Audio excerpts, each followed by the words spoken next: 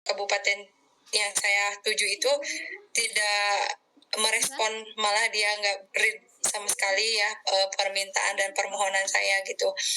Tadi hubungannya sama dengan SDM. Jadi kalau menurut saya adanya penelitian, adanya inovasi itu seharusnya jangan langsung ditolak gitu ya oleh orang-orang yang mempunyai kuasa lah ibaratnya gitu ya.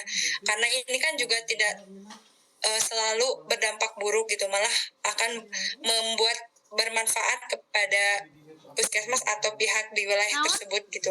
Nah waktu itu saya penelitian, jadi saya ke dinas itu tidak dilakukan, tapi saya ke dinas yang wilayah lain gitu. Nah kemudian untuk di puskesmas juga sama, saya minta kerjasama dengan para bidan untuk mensosialisasikan aplikasi ini, karena kan semua orang juga sudah menggunakan smartphone-nya sekarang, sudah canggih gitu. Tapi sayang sekali bidannya juga tidak membantu saya gitu, malah Ning udahlah sok sama Ning aja sendiri ya, ini ribet dan sebagainya. Yang ya tadi, jadi menurut saya sangat disayangkan gitu, adanya inovasi, adanya penelitian gitu ya, tapi mereka menolak gitu, padahal ini juga buat kemajuan bersama, buat kesehatan ibu dan anak ya tentunya gitu kan. Menyusui itu adalah manfaatnya banyak banget gitu, bukan hanya untuk kesehatan tapi juga sosial ekonomi ibunya gitu kan. Tidak perlu membeli susu formula, tidak perlu membeli dot gitu ya, kalau kita bisa memberikan secara ASI eksklusif. Mungkin itu aja sih kalau dari saya tentang inovasi yang seharusnya bisa digunakan. Baik, terima kasih banyak Kak Elvira yang sudah sharing pengalamannya. Kalau boleh tahu, ini waktu pertama kali ditolak sama dinasnya itu dinas kesehatannya bukan? Ya sama, tapi bukan ke kepalanya ya, saya ke bagian itunya teh, apa sih, kesga. Oh iya. Kesehatan ya. Jadi itu mungkin nggak dirin. itu apa ya, problematika peralihan zaman gitu ya, karena mungkin secara mayoritas sekarang aja tuh para pemangku kebijakan, para kepala satuan kerja itu didominasi oleh generasi X gitu ya, yang memang ya seangkatan orang tua kita lah. Jadi kalau kita mau melihat dari kacamata mereka sebagai generasi X, sebenarnya mereka tuh pengen segala sesuatu yang baik tapi dalam keadaan yang simple gitu. Jadi kalau orang-orang yang berada di generasi X tuh sebetulnya mereka mau menerima, mereka mau memahami, tapi dengan rules yang lebih simple gitu. Jadi saya pasti bisa merasakan lah gimana prosesnya Kak Elvira gitu, yang mau membawa inovasi di sebuah lingkungan, tapi lingkungan itu tidak selalu sepenuhnya support gitu atas inovasi yang mau kita buat.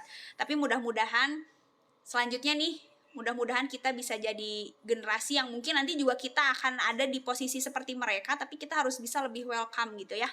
Silahkan Kak Sylvia, Kak Tirsa, dan Kak Maya, silahkan. Kak Sylvia. Baik, ya. Saya ini dulu sempat pernah kerja sebentar di puskesmas. Dulu pas waktu di puskesmas itu kayak misalnya ada, kalau tentang ibu dan anak itu seperti program kelas ibu hamil ya, kelas ibu hamil yang rutin dilaksanakan setiap bulannya.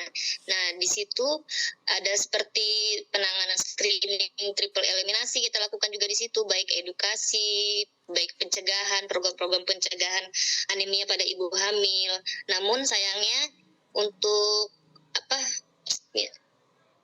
dari warga masyarakat itu masih ada hanya beberapa saja ibu hamil yang datang. Mungkin butuh peran kader yang lebih lanjut lagi untuk mempromosikan, untuk mengajak ibu-ibu hamil untuk mengikuti kelas ibu hamil itu sendiri. Dan itu juga selain kelas ibu hamil, kita juga ada program seperti kalau di puskesmas itu kan ada beberapa tenaga kesehatan yang dilatih, ada yang khusus untuk penanganan ibu hamil dengan hepatitis, dengan HIV, program pengobatan seperti yang ada di rumah sakit itu ada seperti bidan, ada kerjasama antara bidan, perawat, dokter, farmasi, dan juga tenaga lab yang memang khusus untuk dilatih untuk pengobatan HIV, baik HIV pada ibu hamil namun kasus ini masih jarang sih, tapi ada sih di daerah saya, masih ada. Namun pada saat sudah ditemukan biasanya itu pasien setelah mengetahui dia HIV itu biasanya kendalanya tiba-tiba ngilang gitu. Jadi tiba-tiba nggak mau melakukan pengobatan lagi gitu ke lebih lanjut.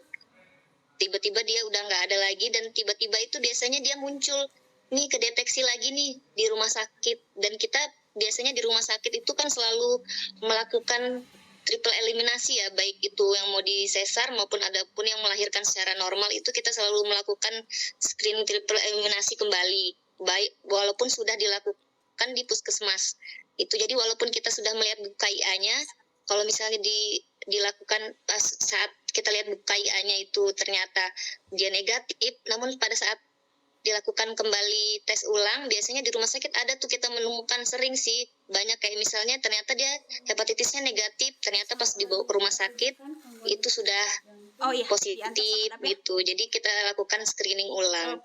Dan untuk perannya di puskesmas itu, bidan itu jika sudah ketemu pasien yang hepatitis biasanya itu bekerja sama dengan bidan desa untuk menyiapkan vaksin hepatitis untuk bayinya itu. Jadi berkoordinasi dengan dinas kesehatan. Untuk biasanya itu dirujuk ke rumah sakit biasanya kasusnya. Jadi dari pihak bidan desa itu sendiri yang mengantarkan vaksin tersebut untuk disuntikan di rumah sakit, begitu yang saya tahu sih. Kalau untuk masalah bayi-bayi itu ada bayi-bayi asfiksia, bayi-bayi BLR, itu juga masih banyak ditemukan sih untuk di rumah sakit itu, pasien-pasien rujukan dari puskesmas biasanya sih. Dan juga kendalanya itu biasanya untuk bidan-bidan atau perawat ataupun dokter yang tadinya sudah dilatih misalnya dalam program pengobatan HIV itu tersebut, biasanya kendalanya yang sudah dilatih itu biasanya dia malah pindah gitu ke kota. Karena kan saya di kabupaten ya, Kabupaten Pesawaran. Biasanya dia setelah dilatih tahu-tahu pindah nih. Jadi kendala lagi, kita harus nyari orang lagi nih yang ikut pelatihan program tersebut untuk melakukan program pencegahan, untuk melakukan pengobatan HIV itu tersendiri. Gitu sih yang saya tahu selama ini di puskesmas baik di rumah sakit.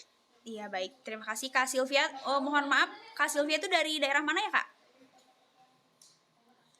Dari Kabupaten Pesawaran, Lampung. Oh iya, dari Lampung. Ya, baik. Jadi memang ini juga kita temukan ya, bukan hanya di Lampung, dan memang program-program pemerintah tuh tidak selalu terlaksana dengan baik, bukan karena tenaga kesehatannya yang tidak capable gitu, tapi lebih ke praktik di lapangan.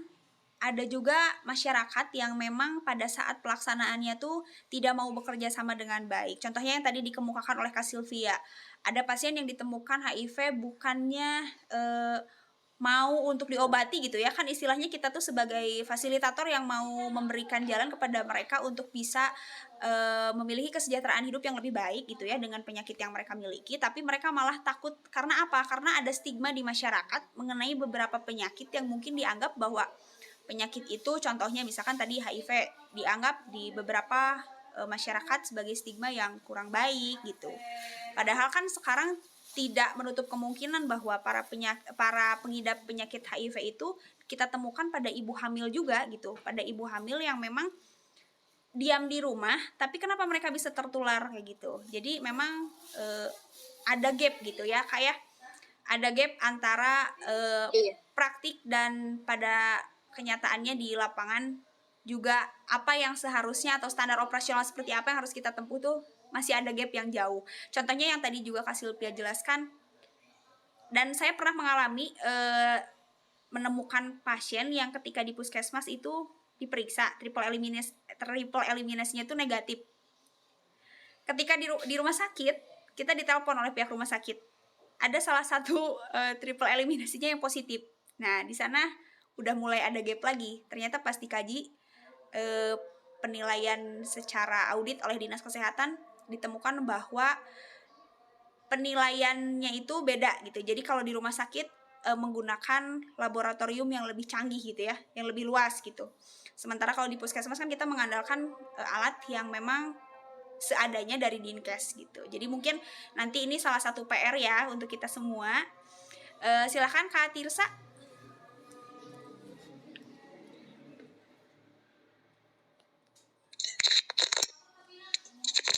Baik, terima kasih. Mohon maaf kalau saya nggak pernah kerja di rumah sakit karena setelah lulus itu langsung kerja di kampus. Tapi untuk di prodinya itu hanya berapa tahun. Sekarang itu kalau di daerah saya itu masih krisis tentang kesehatan mental. Beberapa bulan terakhir yang kejadian bunuh diri itu udah sampai 13 orang di provinsi aku. 13 orang, Kak? Iya, rata-rata sih anak-anak, tapi ada juga ibu rumah tangga. Oh, iya. 13 orang tuh dalam waktu 1 tahun gitu ya? Bukan 1 tahun, hitungan bulan, 3 bulan ya kalau nggak salah. 3 bulan? Dalam satu provinsi. Itu nggak satu kabupaten, iya 1 provinsi. Jadi sekarang di sini di daerah aku tuh lagi menggencarkan tentang kesehatan mental. Lebih berfokus ke kesehatan mental sih. Itu sekarang, kalau boleh tahu Kak, karakteristik orang-orang yang mungkin menjadi korban bunuh diri tuh kayak gimana? Apakah kalau yang anak-anak tuh dari rentan usia berapa ke berapa gitu Kak? Ada salah satu korbannya itu usianya kalau nggak salah sekitar kelas 3 atau 4 SD. Yang kalau dari informasinya katanya korban ini perundungan. Bullying ya Kak ya? Iya. Innalillahi. Dan ada juga yang kasusnya itu yang satu ibu rumah tangga karena dengan alasan katanya nggak dikasih nafkah sama suaminya gitu. Perekonomian ya. Jadi sekarang para psikolog sama psikiater di tempat aku masih gencar-gencar sosialisasi tentang kesehatan mental. Kalau saat ini kalau untuk pelayanan saya kurang tahu karena posisinya saat ini masih bekerja di staf administrasi. Iya. Jadi mungkin Kak Tirsa terima kasih banyak. Ini adalah salah satu hal yang harus kita fokuskan dalam artian kita harus bisa membagi atau mendistraksi gitu ya, mendistraksi pemikiran kita bahwa kesehatan tuh bukan hanya secara fisik ya, apalagi kan ini tadi sudah ada korbannya anak-anak, kemudian ibu rumah tangga perempuan, dan ini nggak bisa dibiarkan dalam artian harus mendapatkan concern khusus gitu dari pemerintah karena ini juga berkaitan dengan kesehatan ibu dan anak gitu ya. Apalagi kalau misalkan secara psikososial gitu, ini tuh memiliki dampak bagi kehidupan sekitarnya. Contohnya gini, kalau misalkan tadi salah satu korbannya itu adalah ibu rumah tangga ya Kak ya, tentu dia meninggalkan anak-anak. Nah, apakah kesejahteraan anak-anaknya tuh akan terjamin? Siapa yang akan menjamin? Siapa yang akan bertanggung jawab atas keberlangsungan hidup anak-anaknya, bahwa anak-anaknya tidak akan mendapatkan trauma gitu. Sementara kita ketahui, jangankan anak-anak yang ditinggalkan oleh orang tua dengan kondisi atau penyebab yang memilukan gitu seperti bunuh diri. Contohnya saja, saya juga pernah menemukan kasus anak dengan PTSD, post trauma syndrome disorder gitu ya kalau nggak salah, yang memang pernah mengalami kecelakaan gitu sekeluarga, tapi dalam keadaan keluarganya selamat, tapi sisa traumanya itu masih tetap trauma. Iya, masih tetap trauma. Apalagi ini gitu ya kayak yang ibunya misalkan nauzubillah, mudah-mudahan dijauhkan gitu ya kita semua dan pasien-pasien kita semua, disebabkan ibunya karena bunuh diri. Terus kita kaji ulang apa penyebabnya, mungkin sosial ekonominya. Apakah ada orang atau keluarga terdekat yang bisa bertanggung jawab agar si anak ini tidak mendapatkan trauma yang berlebihan gitu kan? Tidak ada yang menjamin gitu ya kayak. Dan ini menjadi salah satu lagi-lagi concern dan PR bagi pemerintah bahwa pelayanan kesehatan ibu dan anak tuh bukan hanya pelayanan yang fokus pada kesehatan fisik gitu, tapi fokus juga dong pada kesehatan psikis gitu ya. Terima kasih banyak Kak Tirsa cerita-ceritanya. Sama terus terus kejadiannya itu dia melakukan tindakan bunuh diri itu di depan anaknya. Jadi kalau dari keterangan dari para tetangga tuh ada tempat tempat duduk kayak kursi, terus dia naik, dia tenang, posisinya anaknya di depan gitu. Jadi kejadiannya itu dilihat langsung sama Ya anaknya. Allah. Jadi sekarang anak dari korban itu masih sementara dipantau ya, diobservasi gitu. Iya pasti. Berarti sekarang masih di bawah pengawasan psikolog dan psikolog, psikiater. para profesional kesehatan gitu ya Kak ya? Iya. Iya baik. Ada salah satu anak yang masih jadi perhatian khusus. Pasti Kak. Gitu. Apalagi nggak bisa ngebayangin sih.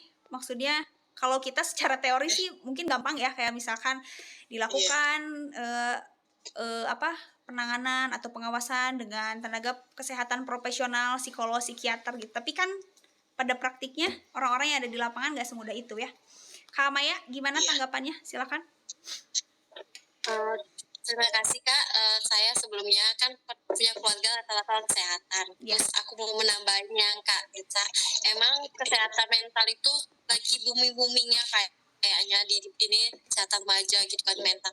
Karena ada di kabupaten daerah Bengkulu ini ada kayak biasa aja pemuda atau anak-anak minum acur rumput.